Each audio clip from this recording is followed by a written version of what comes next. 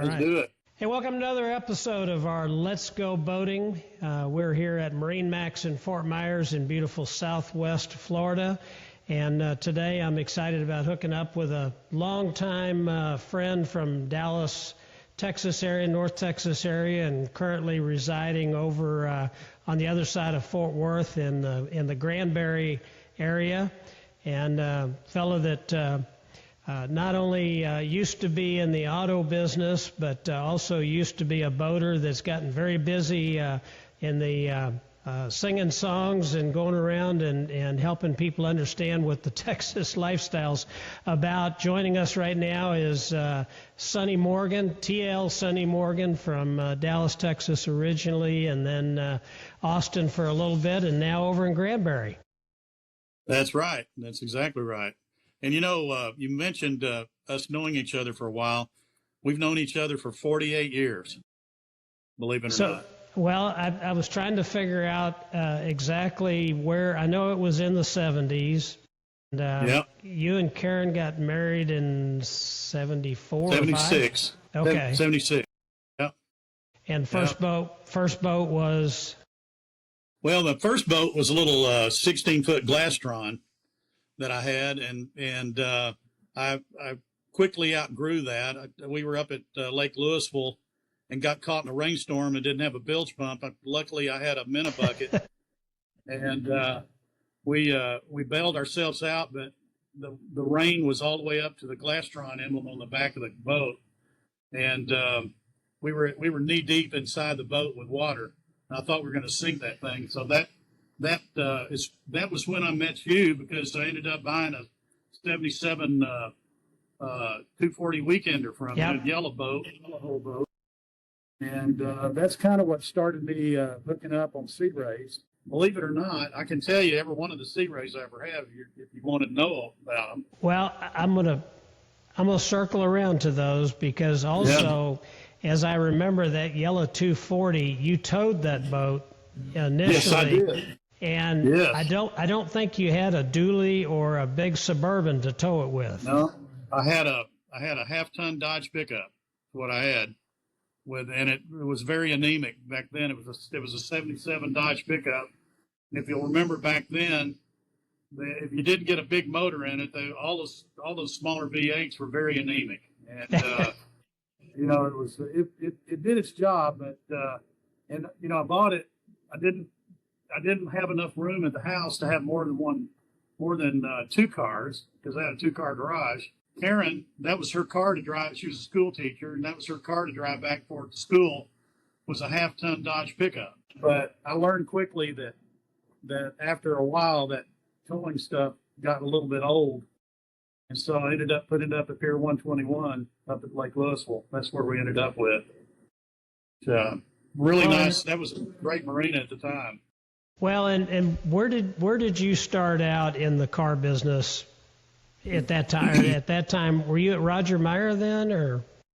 Well, yeah. At that time, let's see, that was in '77. I was at Henry Butts Olds. Okay.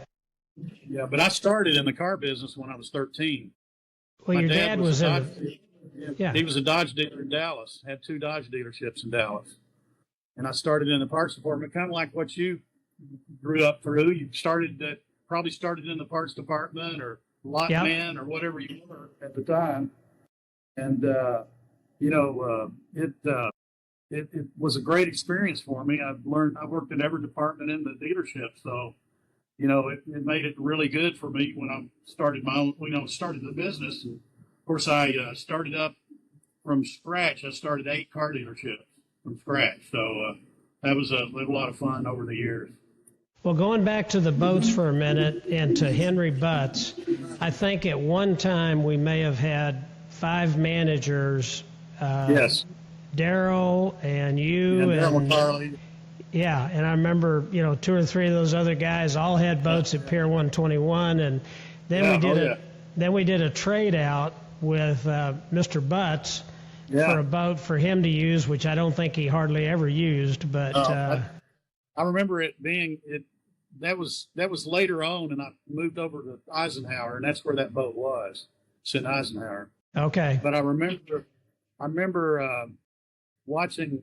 Maybe I'm not to say this, but I think I think his daughter used it more than anybody, bringing her boyfriends up there. Because she was right. It was literally right across. She didn't know that I was there, and I had my boat. Literally, was in a boathouse right across from them, and all you could see is the tarp come up and slide underneath the tarp and close the tarp up, and that was it. We'll leave it at that. So I hope you're not listening.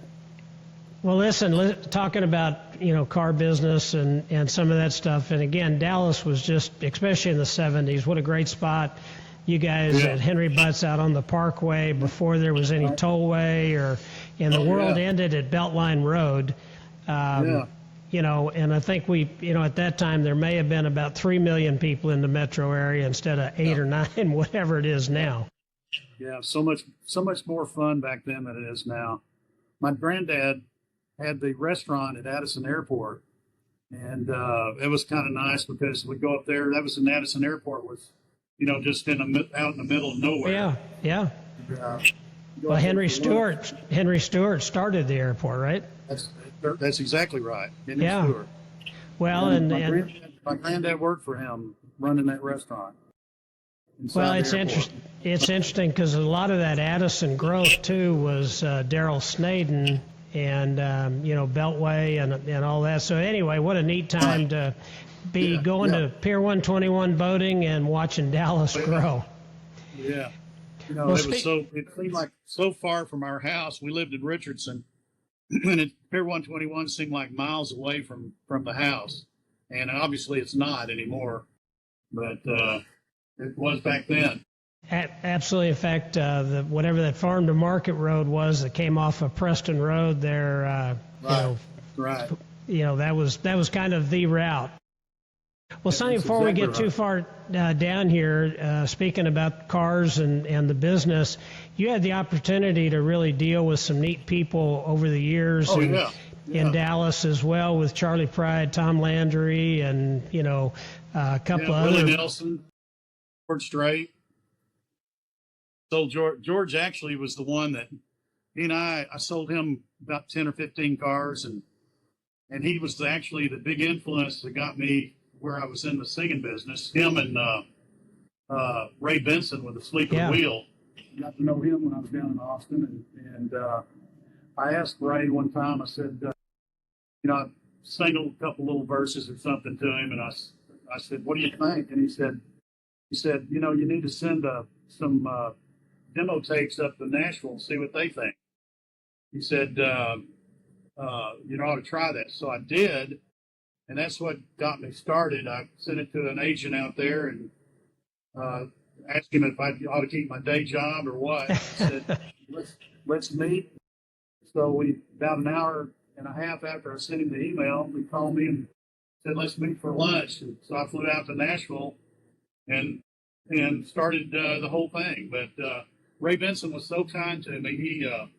He recognized my talent and had me sing on stage with him, and that was really it was unbelievable. I mean, to stand up there with a legend and sing harmonies with him and all, and that's what really got me going. I mean, that was kind of the boot to kick me over the fence. So, and I'd love to have done more with him. I didn't sing that many times with him, but that one time the first time I did that, it was incredible. I mean, it was just incredible. And he was so impressed. He said when the show was over, it was in a little place down outside of Johnson City in a little town called Albert, Texas. Yep. And Albert is a population of 4 when there's not a show going on. And then it's a population of about 500 when there's a show. They have a beautiful little dance hall. It's the oldest dance hall in Texas. It's just a beautiful thing. But he asked me to stay up on the stage after the band left, and there was lines of people waiting for our autographs. And I looked at him and I said, "How come your line's shorter than mine?" He said, "Because they've already got my autograph. They need yours." And that was the first time I really kind of got a kick out of entertaining people and them knowing that, when people stand in line and wrap around the building waiting for your autograph, you did a pretty good job. So that was a real influence on in my career as far as the singing business. And it really came at a good time because that was about the time that I was thinking about car business was kind of changing, kind of like the boat business. I'm sure the boat business has changed a lot too. Yep. But it's changing and not changing for the better; it's changing for the worse. And, it just seemed like it was going full circle. It started out, the old days back in the 60s, 50s, and 60s at one of those slam bam, thank you ma'am type of car dealerships. And they started waking up to customer satisfaction and taking care of customers. And now, to me, it's gone back to those old days where they don't really care. And that was part of the reason why I just, the people that I knew in the car business and all of that, they weren't the same people anymore. And I said, this is time for me to exit. So that's when I got out of it. But Sonny, I do understand that. And part of that, though, you've always been kind of in the luxury auto side and exotics and some of that as well.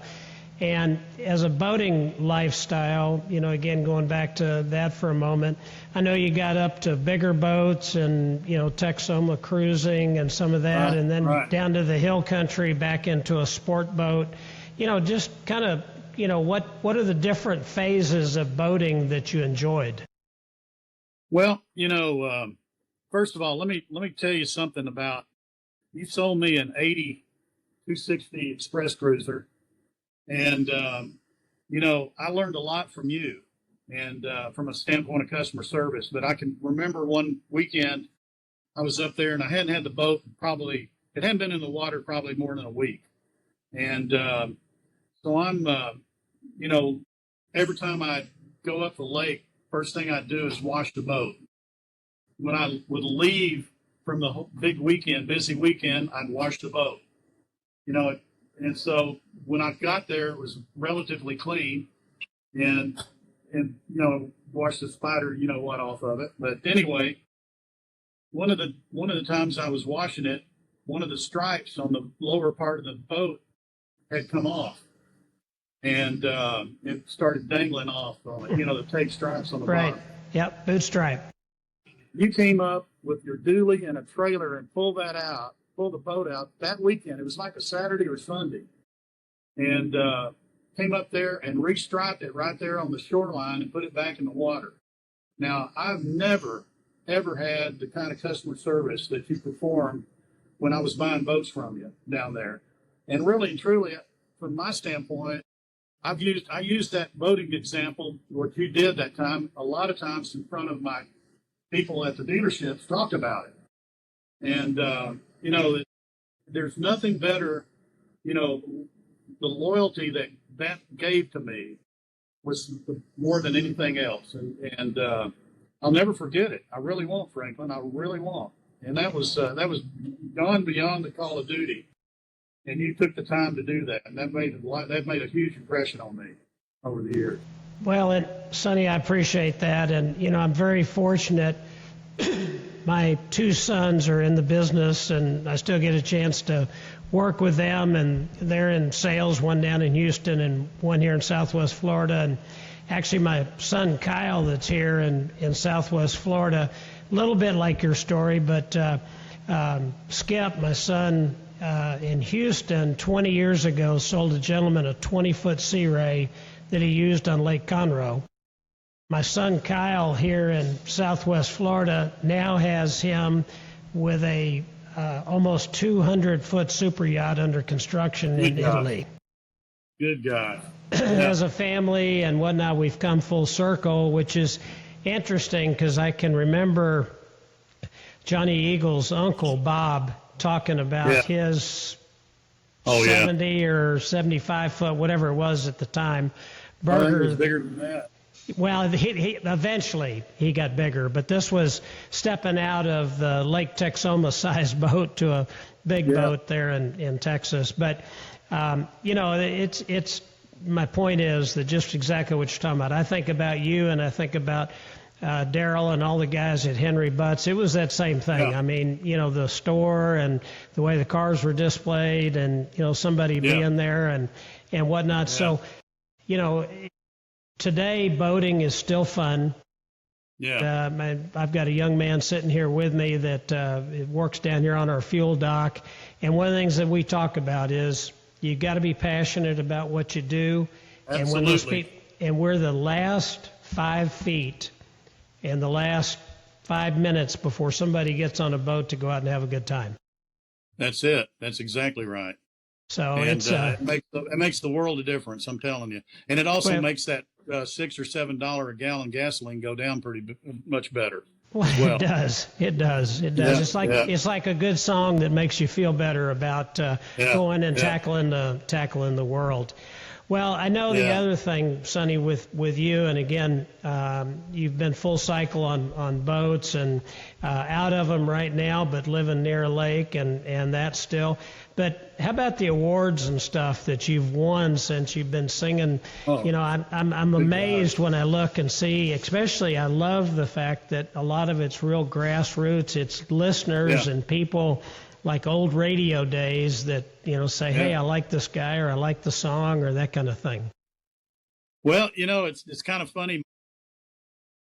I'm an independent. I'm not signed by a record label. So I'm a member of the International Singers and Songwriters Association, which is the equivalent to the Country Music Association, which is what the record label people are. Anyway, it's like two different sides of it. The record industry is different than it is the independent industry. So I chose to go the independent way because I didn't know that I wanted to make, if I joined a record label, I don't know that I wanted to make that commitment at the time. I didn't know. I was testing the water as far as how successful I'd be or not successful. So anyway, the awards, gosh, I've won, the biggest award that I've won was Album of the Year in 22 with the International Singers and Songwriters Association. They have an actual award ceremony just like the CMAs. It's televised. It's on I don't remember what channel it's on, but it's in an auditorium and there's 1,000 or better people there. But I won Album of the Year, which was unbelievable. It was my second album and I won. It's called I'm Your. That was the biggest, but I've actually had, in the independent industry, I've had 12 platinum records and I've had 8 gold records. Wow. I've had the world, oh gosh, I can't even remember the name of the organization, but I've gotten 8 world, they're beautiful medallions. I should have had one here to show you, but it's an International Singers Association award. I've won 8 of those. Gosh, let me think. I wished I should have written them down. I didn't know, but I've got we'll add some stuff, on our website here. Yeah, I've got more probably than I've ever even imagined, and I probably have forgotten about half of them. But I've had all kinds of different awards. I wished I could take you into my music room. I'm in my office right now, but I've got a music room across the hall, and it's got all my awards in there. There was one that I really coveted a lot was I won a single of the year by a radio station. There's a company that owns about 4 or 5 radio stations out on the West Coast from LA all the way up to San Francisco. And John Deere Steering Wheel, which you know that song. Right. I won Song of the Year on all those radio stations. It was the number one. It was their longest running number one song that they had on the radio station. Wow.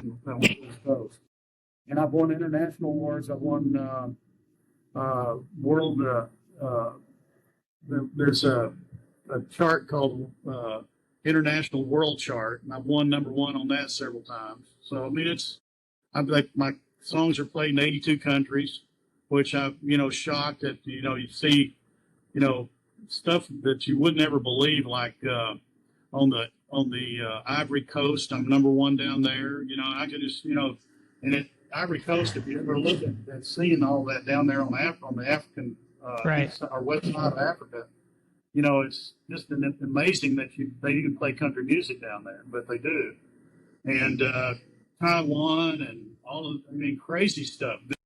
Venezuela, all around the world. I mean, it's all over the place. Even in Russia, I've got some. And the way you know that you've got that is I've got a company that sends all my songs out electronically. They measure all that stuff, and they send me a deal every month that tells me what country I'm singing in. And it's amazing. Well, amazing. It is. It is absolutely amazing. And I know one of the things that I see, again, where you spend a lot of time or you sing quite a bit too, is at some of the senior homes.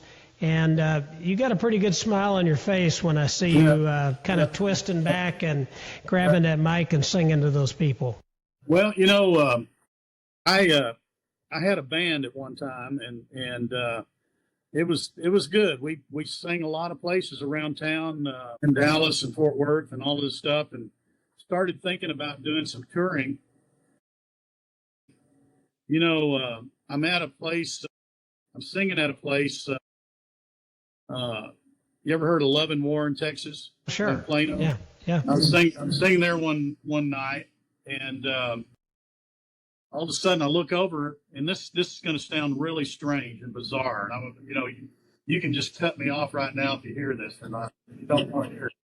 But I look over next to me. My mom, who had been dead for about 5 years, was sitting next to me. It was the craziest thing, and I hadn't had a drink or anything. So, and I don't do any kind of wild stuff. So she's sitting right next to me, and she says, "Why are you singing this when you should be singing to people like me?" Wow. That happened. Yeah. And the next day I said, I'm not going to do this anymore. And all I'm going to do is sing at senior centers. And now, today I've got a day off today, but I normally sing between 4 and 5 a week.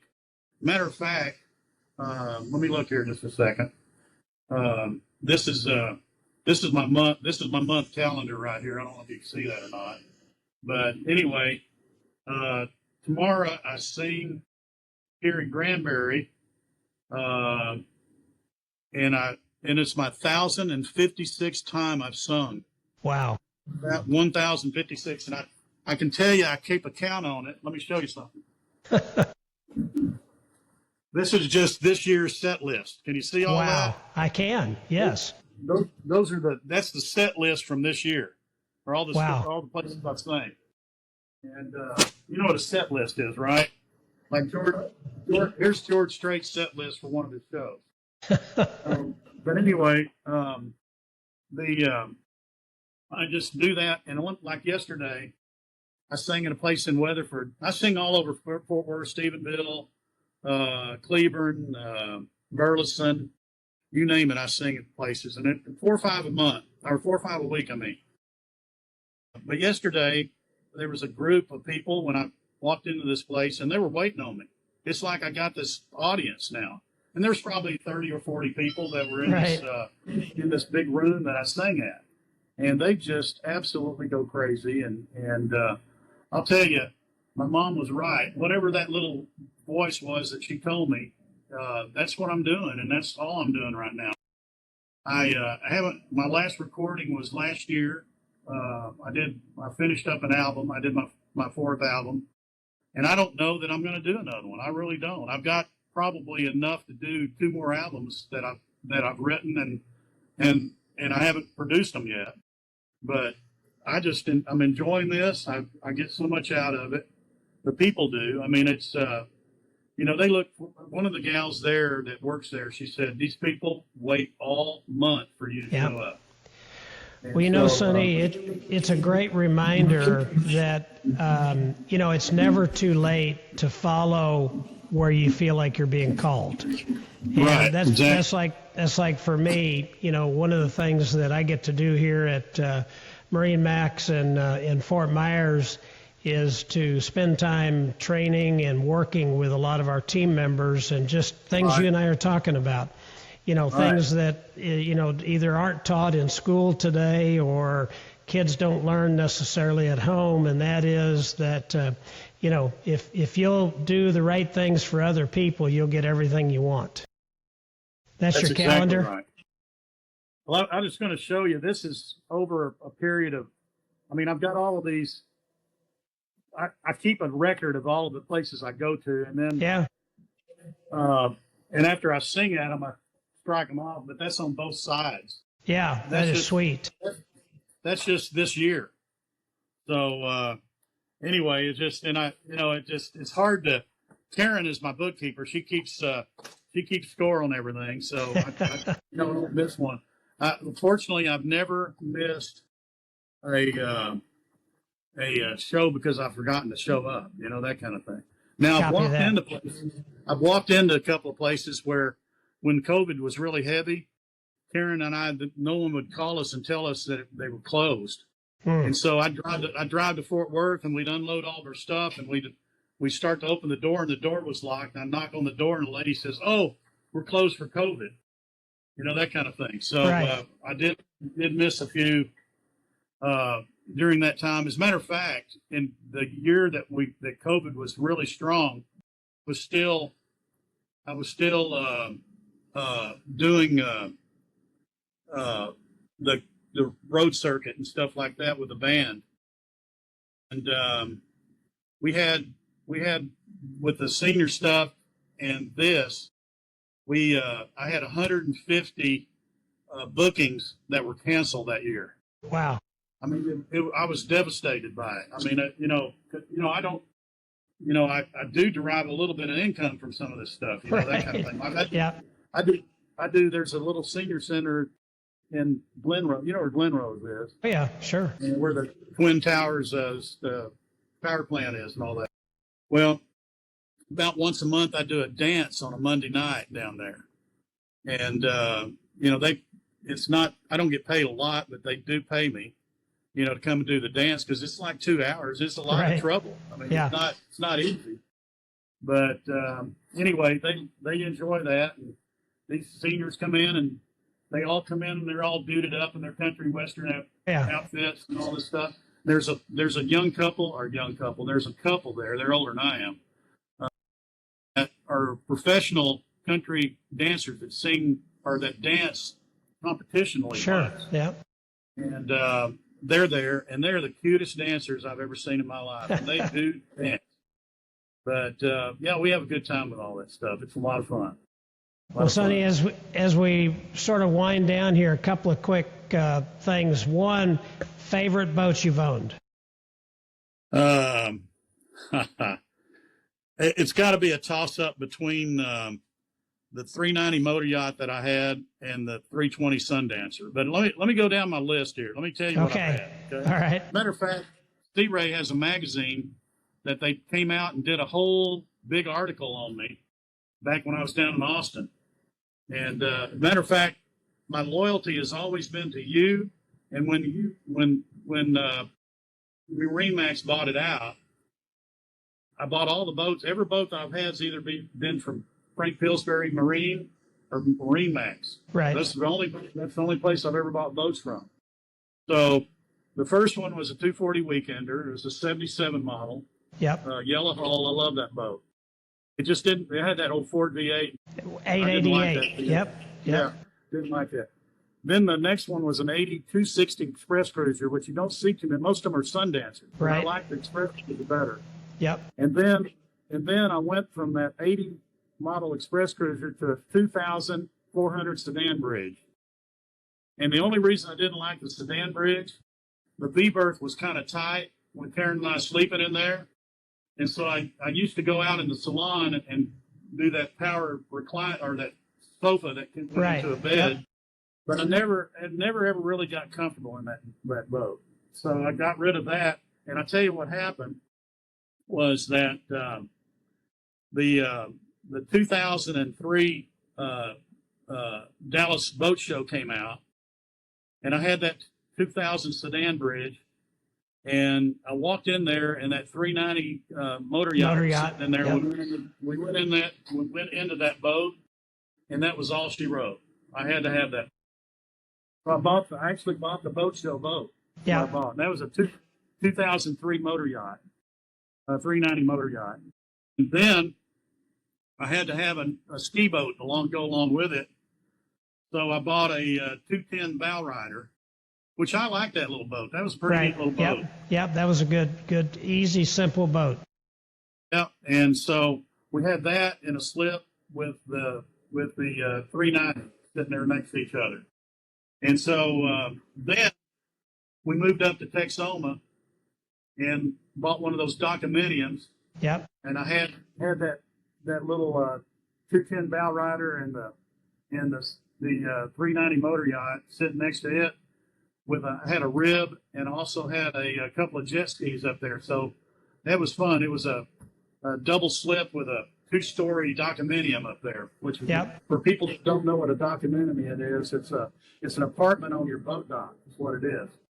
So had that, and that's when I decided that I wanted to open up that store, Aston Martin, Rolls Royce, Bentley, and Lotus in Austin. And so we went down there and took a look at Lake Travis, and I said,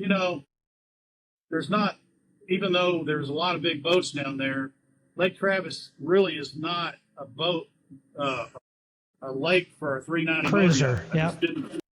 It wasn't a cruiser lake.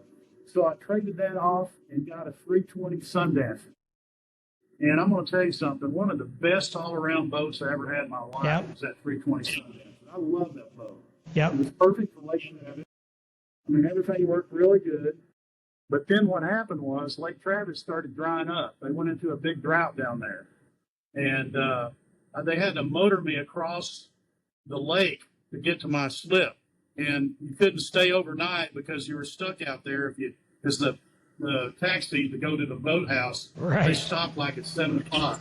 So we couldn't spend the night on the boat anymore. And that was a whole lot of fun. We'd take the dogs, we'd spend the night on the boat, they'd go out swimming in the lake, all that stuff. Couldn't do it. So ended up trading the 320 Sundancer in on a 2015 270 SLX. And that was a good boat. That was a really good boat. It had it had the biggest motor you could get in it. 425. Or something like that. Yeah. It was fast, real fast. But that's the Sea Ray. There's 7 of them that I've had. And, I know there's probably, you've got a lot of customers have more than 7 Sea Rays, but I think that's a pretty good deal for me. I mean, that's quite a few boats. Well, and not only that, back to back and consistently, staying out there boating and all that kind of stuff. Sonny, my last piece here as we get ready to wrap up, and I can tell too, we're probably going to have a conversation again down the line to not only talk music, but probably a little bit more about some of the Texoma days and documentiums and that kind of stuff. I like to close our Let's Go Boating with my Franklin's Fast 5 questions. So, first of all, if you had to pick one, Cowboys or University of Texas sports? University of Texas, by all means. They were my professional football team. I had season tickets down there right there behind the bench. Yeah. And they're still, they're cliffhangers right now with all the stuff that's going on down there, but they're still winning, and I think they're 5-2 right now. So, we'll see what happens with Vanderbilt this weekend. And being the car guy, Shelby or Vet? Well, I've got a Vet. I got a Grand Sport Corvette in my garage right now, so I guess it'd have to be Corvette.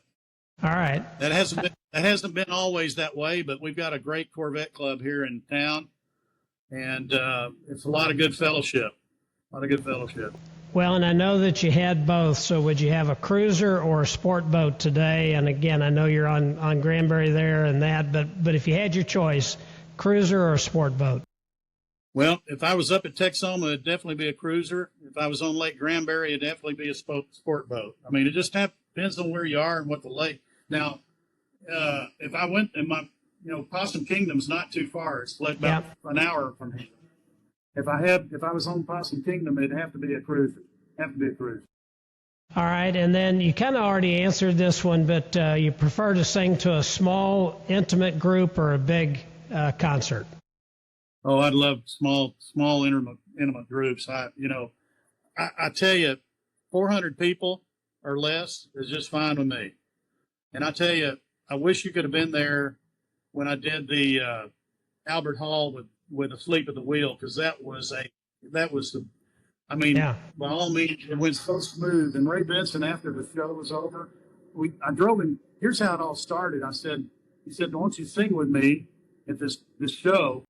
And I said, "Only if I can drive you to the show in a Bentley." And so I picked him up at his house in a Bentley and drove him to the show. So we had an hour and a half to get there, and an hour and a half to get back. Yeah. So we had a lot of conversation about my future and what he thought about it. So that was, I'd say, yeah, the smaller groups from about 400 to 20, that kind of thing. That's cool. Well, and the last question, your cooler on board the boat, what's your food that you've got on board for lunch? Well, we usually like to cook out. We take hamburgers and cook out we had one of those little grills that hooked into the back of the boat. Yep. You know what I'm talking about. Yeah. And we cook on that. Now they've got them built inside the cockpit. But Canyon grills, yep. Yeah, but we do hamburgers, and Karen makes the best iced tea. We have a lot of iced tea, and I don't drink, so I don't. It's one of those deals where it's got to be either RC Coca-Cola or Dr. Pepper, one or the other. Copy that. So, yeah. Well, good. Well, listen, Sonny, thank you so much for your time. And again, we're going to have to do another conversation here and follow up on some things. But appreciate it. And we'll continue to listen to your music. And again, I appreciate that. Yeah, from here in Southwest Florida to North Texas, this is Let's Go Boating. And Sonny, thanks again, and we'll look forward to talking to you. My pleasure. Thank you, Franklin. Appreciate it. Good to see you.